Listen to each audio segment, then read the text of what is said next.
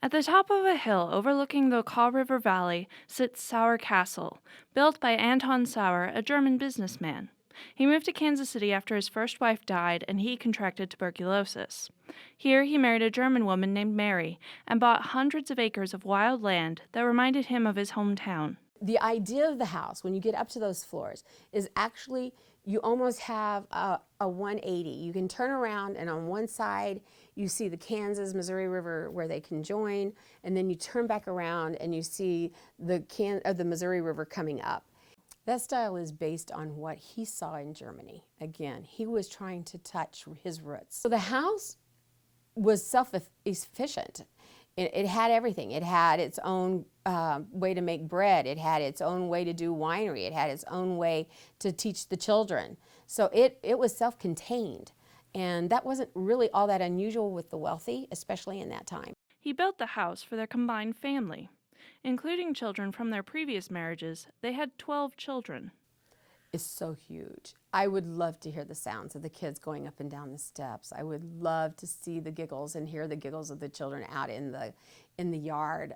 I can't imagine. I look in my mind, I see them in their dress of 1870, 1880, and their high-top black heels, and they're having a great time. Think about that's wooded, and the farm and the grapes. You could smell the grapes.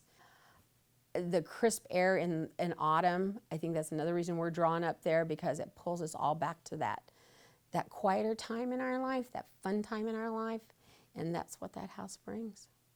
In the 1940s, rumors began that the house was haunted. There was a suicide within the house. There was a child that was buried out in the garden. One of his children, when he was ill, died also, and they knew they wanted to bury Mr. Anton and the child together. And so they buried the child out in the garden until he died, which was only a few months later, and then they dug her back up and they buried him together.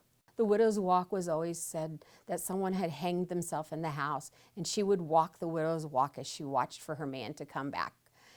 There was no one who ever hanged themselves in that house, so that's not true. It can't happen.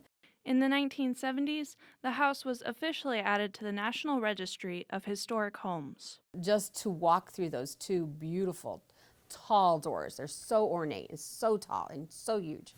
And you walk in and you're immediately facing this beautiful wood staircase that just goes up and around. You know, you almost feel like you're in Gone with the Wind. It's so gorgeous. Unfortunately, the care put into building the house and rumors of it being haunted have led to its decline. Unfortunately, there has been, in the past, a lot of problems with the property once it became vacant. People were breaking into the home, stealing what was in there. Like I said, there were chandeliers that were beautiful. Even the fireplaces that were carved, they were pulling those off. So there was a lot of things that was taken out of the home, unfortunately. And it was also because children, the kids, would break in because they thought they could find a ghost at night. The house is privately owned by a descendant of Anton Sauer, Karl Lopp. Lopp bought the house in 1988, saying he wanted to restore the house. But that was over 20 years ago, and no one knows when or if Sauer Castle will be brought back to its former glory. Having been a child that went up there year after year, made 2 trips year after year just to stand there, and then finally as an adult have the opportunity to walk into that house and get a sense of the opulence and what Mr. Sauer was trying to bring to the home, his reminders of his German roots, was an amazing feeling, an amazing home. And it would be wonderful if somehow that home could be revived.